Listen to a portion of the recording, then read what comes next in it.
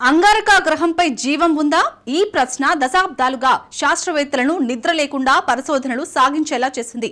ఈ పరిశోధనలే పుస్తకాలు, సినిమాల నుంచి వేల కోట్ల డాలర్ల విలువైన అంతరిక్ష మిషన్లకు ప్రేరణిచ్చాయి. చివరికి అంగారక గ్రహంపై జీవం ఉందా లేదా అన్న దానిపై శాస్త్రవేత్తలు ఓ అంచనాకు వచ్చారు. తాజాగా మార్సుపై గతంలో జీవం ఉనికి ఉండొచ్చన్న స్పష్టమైన సంకేతాలను గుర్తించారు. నాసా శాస్త్రవేత్తలు తాజా ఫలితాలలో ఆనందం వ్యక్తం చేస్తున్నారు. అనుకున్నది సాధించామని సంబరపడుతున్నారు. ఇంతకీ అరుణ గ్రహంపై శాస్త్రవేత్తలు ఏం గుర్తించారు? నిజంగానే అంగారక గ్రహంలో జీవులు ఉండేవా?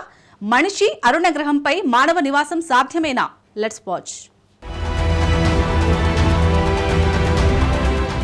అంగారకుడిపై మానవ జీవనం సాధ్యమేనా?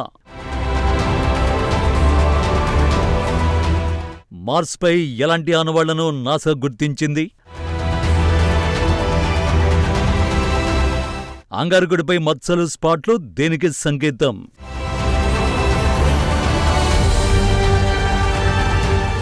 350 కోట్ల సంవత్సరాల క్రితం అంగారక గ్రహంపై నరెట్వ లోయ ప్రాంతం ఉనికిలో ఉన్నట్టు శాస్త్రవేత్తలు గుర్తించారు. ఇక్కడ ఓ నది ప్రవహించి ఉండొచ్చని అంచనా వేస్తున్నారు. బురద, కంకరను మోసుకెళ్లే నదులు జెజెరో అనే బిలంలోకి ప్రవహించి ఉంటాయని శాస్త్రవేత్తలు భావిస్తున్నారు. చివరగా నది ఎండిపోయిందని ఒక రాతిపొర ఏర్పడినట్టు ఊహిస్తున్నారు. నీటితో చెక్కినట్టు ఉండే ఆ ప్రాంతం గుర్తులు ఇప్పటికీ అంగారక గ్రహం భూభాగంపై ఉన్నాయి. ఇక్కడే శాస్త్రవేత్తలు పురాతన జీవన ఆనవాళ్లు కనుగొన్నారు. అంగారక గ్రహంపై గతంలో జీవుల ఉనికి ఉండొచ్చని అంచనా వేస్తున్నారు. నాసా శాస్త్రవేత్తలు పెర్సెవరెన్స్ అనే మార్సు రోవర్ను ఉపయోగించి రాళ్లను వెలికితీసి పరిశోధించారు. నిజానికి ఈ రోవర్ 2021లోనే జెజెరో బిలంలోకి ల్యాండ్ అయింది. అంగారక గ్రహంపై ఒకప్పుడు ప్రవహించిన నీటి ద్వారా జెజెరో బిలం ఏర్పడిందా, లేదంటే అక్కడి వాతావరణంలో భాగంగా రాళ్లు మార్పునకు గురయ్యాయా అన్న ప్రశ్నలకు సమాధానం తెలుసుకోవడంతో పాటు ఎండిన నదీ ప్రాంతంలో జీవం ఉనికిని గుర్తించడమే నాసా శాస్త్రవేత్తల ప్లాన్. అందులో భాగంగానే జెజెరో బిలంలోకి రోవర్ను నాసా పంపింది. ఈ క్రమంలో 2024లో బాణం ఆకారంలో ఉన్న ఓ రాయి నమూనాను పెర్సెవరెన్స్ తవ్వితీసింది. ఆ రాయిని చూసిన తర్వాత శాస్త్రవేత్తలు ఆనందం వ్యక్తమైంది. వారు ఇన్నాళ్లు కనిపెట్టాలనుకున్న రాళ్లే శాస్త్రవేత్తలకు దొరికే.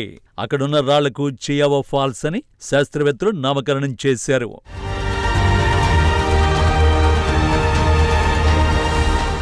మార్సుపై రాళ్లకు గ్రాండ్ క్యాన్యన్ జలపాతాల్లోని ఎర్రని రాళ్ల పేరును శాస్త్రవేత్తలు ఎంచుకున్నారు. పెర్సెవరెన్స్ రోవర్ గుర్తించిన ప్రాంతంలోనే చిన్న నల్లని మచ్చలను గుర్తించారు. వాటిని పాపీ విత్తనాలుగా శాస్త్రవేత్తలు పేర్కొంటున్నారు. అలాగే పెద్ద మచ్చలను కూడా గుర్తించారు. వాటిని లెపర్డ్ స్పాట్స్ అంటారు. ఆ తర్వాత మరింత డేటా సేకరించి శాస్త్రవేత్తలు పరిశోధనలు సాగిస్తున్నారు. నదీ లోయలో ఆనాటి పరిస్థితుల్ని తెలుసుకోవడంలో పెర్సెవరెన్స్ రోవర్ ఎంతో అద్భుతంగా పనిచేస్తోంది. లోయ ప్రాంతంలో రోవర్ సర్వేను చేస్తోంది. చివరికి శాస్త్రవేత్తలు ఓ అంచనాకు వచ్చారు. అద్భుతమైన పెర్సెవరెన్స్ రోవర్తో అంగారక గ్రహంపై పురాతన జీవాన్ని కనుగొనడంలో తమ చెరువులో ఉన్నట్టు నాసా అసోసియేట్ అడ్మినిస్ట్రేటర్ నికీ ఫాక్స్ చెప్పారు. అరుణ గ్రహంపై ఉన్న చుక్కలను తాము విశ్లేషించామన్నారు. ఆ చుక్కలు పురాతన జీవంతో ఏర్పడినవి అయ్యుండొచ్చని తాము భావిస్తున్నట్టు ఫాక్స్ వెల్లడించారు. రాళ్లపై ఉన్న ఆకృతులు చాలా ఆసక్తికరమైనవని నాసా భావిస్తున్నట్లు ఫాక్స్ వెల్లడించారు. రాళ్లపై ఉన్న ఆకృతులు చాలా ఆసక్తికరమైనవని నాసా చెబుతోంది. బహుశా పురాతన జీవులు చేసిన రసాయన ప్రతిచర్యలకు రూపమై ఉండొచ్చని అంచనా వేస్తోంది. అసలు ఆకృతులు ఎలా ఏర్పడ్డాయి, దానికి కారణమేమిటి అన్నది మాత్రం శాస్త్రవేత్తలకు ఖచ్చితంగా ప్రస్తుతానికైతే తెలియదు. కానీ సూక్ష్మజీవుల ఉనికి కారణంగానే అలాంటి ఆకృతులు ఏర్పడి ఉండొచ్చని నాసా భావిస్తోంది. అన్నింటికంటే రాతిలో సేంద్రియ పదార్థం కార్బన్ ఆధారిత అణువులు కూడా ఉన్నాయి.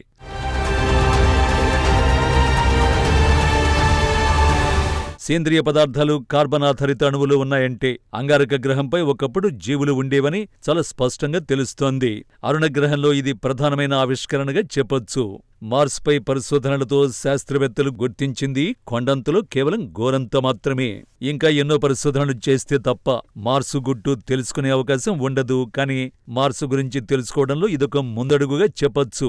ప్రస్తుతం గుర్తించిన ఆనవాళ్లు ఖచ్చితంగా ముగింపు మాత్రం కాదు. ఇంకా ఎన్నో ప్రశ్నలకు సమాధానాలు మనిషికి అస్సలు తెలియడం లేదు.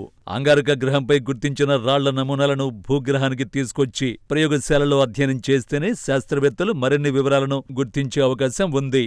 అంగారక గ్రహంపైకి పంపే పరికరాలతో పరిమిత పరిశోధనలు మాత్రమే సాధ్యం. కానీ జీవం ఉనికి తెలుసుకోవాలంటే చాలా సున్నితమైన పరికరాలతో విశ్లేషించాల్సి ఉంటుంది.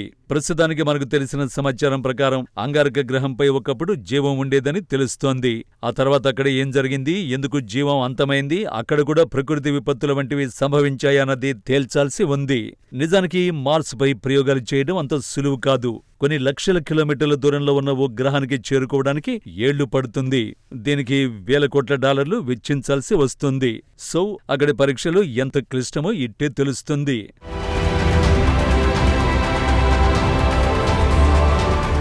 అంగారకుడిపై ఉపరితలం నుంచి లోపలికి విస్తరించిన రాతి పొరల్లో నీరు ఉన్నట్టు శాస్త్రవేత్తలు గుర్తించారు. 2018లోనే నాసా ప్రయోగించిన మార్స్ ఇన్సైడ్ ల్యాండర్ పంపిన డేటాతో ఈ విషయం స్పష్టంగా తెలిసింది.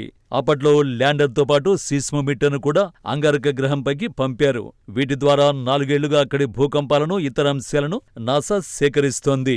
4 ఏళ్ల కాలంలో 1319 భూకంపాలను ఇన్సైట్ ల్యాండర్ గుర్తించింది. ఉత్తర, దక్షిణ ధృవాల వద్ద 5 నుంచి 12 మైళ్ల లోతులో నీటి పొరలు ఉన్నట్టు విశ్లేషించారు. ఇక ఒకప్పుడు అంగారక గ్రహంపై నీటి ఆనవాళ్లు ఉన్నట్టు కాలువలను తలపించేలా అలలుగా నేల ఏర్పడి ఉన్నది. అంటే అంగారకుడిపై ఒకప్పుడు నదులు, సరస్సులు ఉండేవని స్పష్టంగా తెలుస్తోంది. ఈ గ్రహం 300 కోట్ల ఏళ్ల క్రితమే ఎడారిగానే మారింది. వాతావరణాన్ని అరుణ గ్రహం కోల్పోయినప్పుడు నీటిలో కొంత భాగం అంతరిక్షంలోకి పోయి ఉండొచ్చని శాస్త్రవేత్తలు అంచనా వేస్తున్నారు. నిజానికి మార్సుపై కాలనీలు నిర్మించాలన్నది ప్రపంచ కుబేరుడు ఎలాన్ మస్క్ డ్రీమ్. అందులో భాగంగానే ఆయన స్పేస్ ఎక్స్ పేరుతో అంతరిక్ష ప్రయోగ సంస్థను స్థాపించారు. అయితే ఆయన కల నెరవేరుతుందా లేదా అన్నది మాత్రం తెలియడం లేదు. ప్రస్తుతానికైతే ప్రయోగాలు ఓ అడుగు ముందుకేశాయని మాత్రం స్పష్టంగా తెలుస్తోంది. కానీ మనిషి మార్స్ పైకి చేరుకుని అక్కడ జీవించడం అన్నది అంత సులువైన ప్రక్రియ కాదని శాస్త్రవేత్తలు చెబుతున్నారు.